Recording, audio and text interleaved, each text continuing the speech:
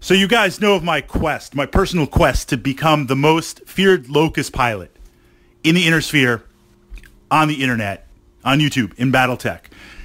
It's one thing to be defeated by an Atlas. It's one thing to go toe-to-toe, slug it out with a Warhammer and be on the losing side. But when you join the ranks of the dispossessed due to a crazy Locust pilot, that's something entirely itself and completely worth the price of admission for that game. So when I hear something like Mech is a replacement for the Locust, an upgrade for the Locust in its role or its ability, naturally I'm a little bit skeptical. And in this podcast, we're going to look at the place in Battletech, complementing sometime last week, maybe yesterday-ish, looking at the Ost Scout. Now we're going to explore the Mongoose. What role does it have kind of in this trinity of Ost Scout, Locust, Mongoose? So at first glance, you're looking at essentially a deep recon mech. Something that is a light mech, something that's very fast, particularly well armed, not quite Jenner armed, but an interesting array of 3 medium lasers and 1 small laser.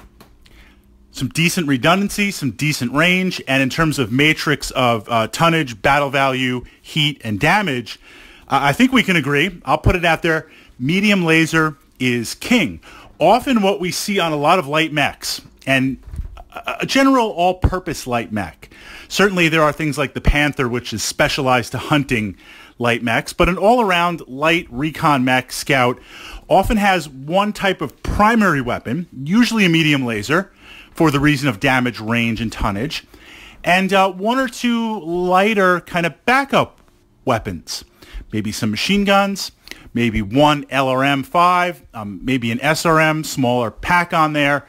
So to find 3 medium lasers, that's interesting, and that kind of points to its role on there.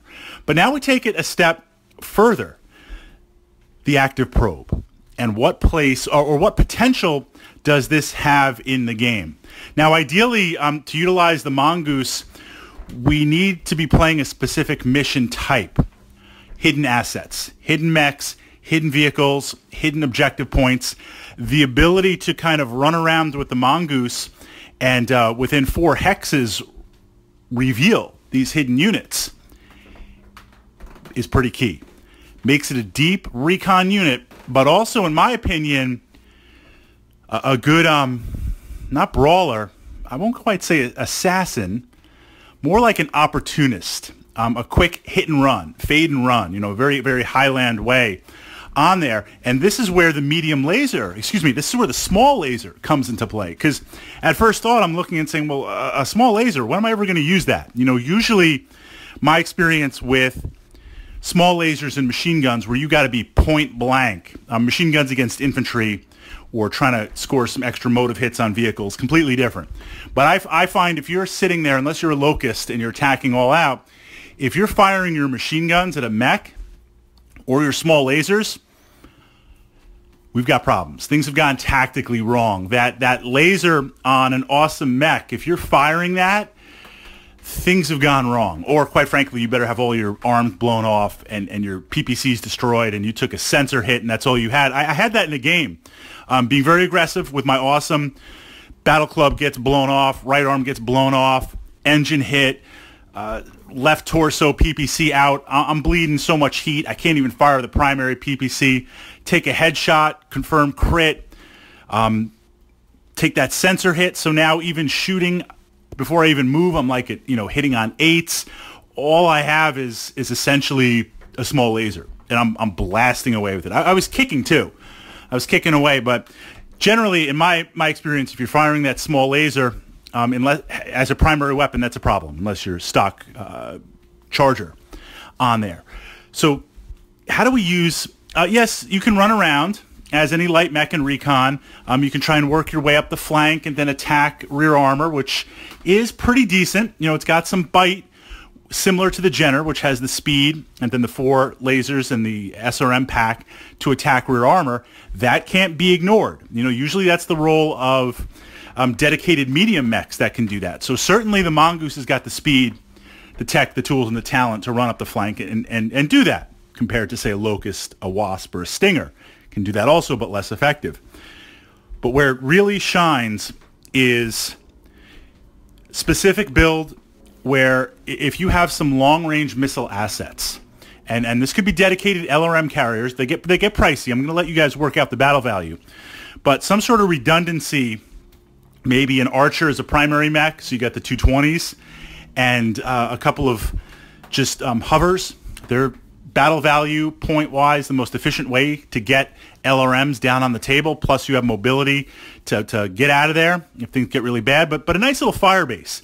If you can push that up, especially if you're playing on a hex map, if you can push that up to the center and get indirect fire hiding behind appropriately leveled terrain, and then you run that Mongoose up as a spotter, or if there's hidden units and now they become visible and you spot for them, that's a lot of pain running down. And in hidden missions, often what we'll see is hidden tanks.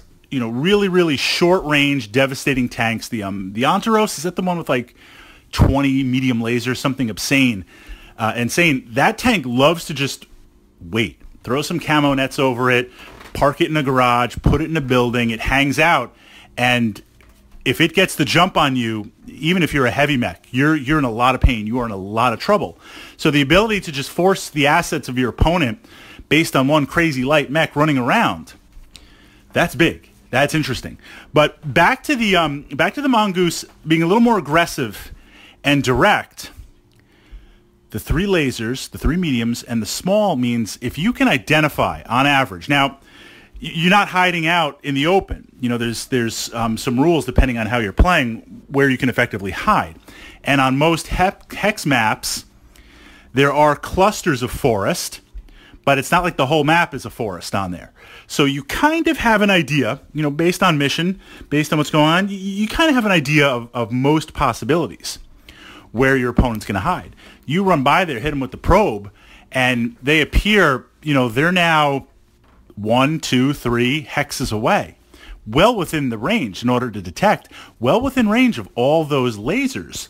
You can do kind of a mini light mech alpha strike on there. When you fire, you've got the maximum movement modifiers. You're going to get the +2 for running, but you can run, stack up those modifiers for the return fire, dodge it, and then run away. So you're not going to mug like, a battle master that's hiding or a stalker that's hiding, but you might mug a light mech and do some really decent damage. You might scratch off some armor bubbles on a medium mech, do some damage. But if there are hidden vehicles, and especially if your area of approach gets side armor, you're going to be chewing up motive hits. I won't say you have the maximum redundancy to immobilize it, but you're going to put some real hits, and not only now reveal that vehicle asset, that tank asset, but also half its movement, cripple its movement, or if you roll legendary, immobilize it. There's nothing like having a heavy tank, behemoth heavy tank, 100 hunt tank getting immobilized. It is just insane on there.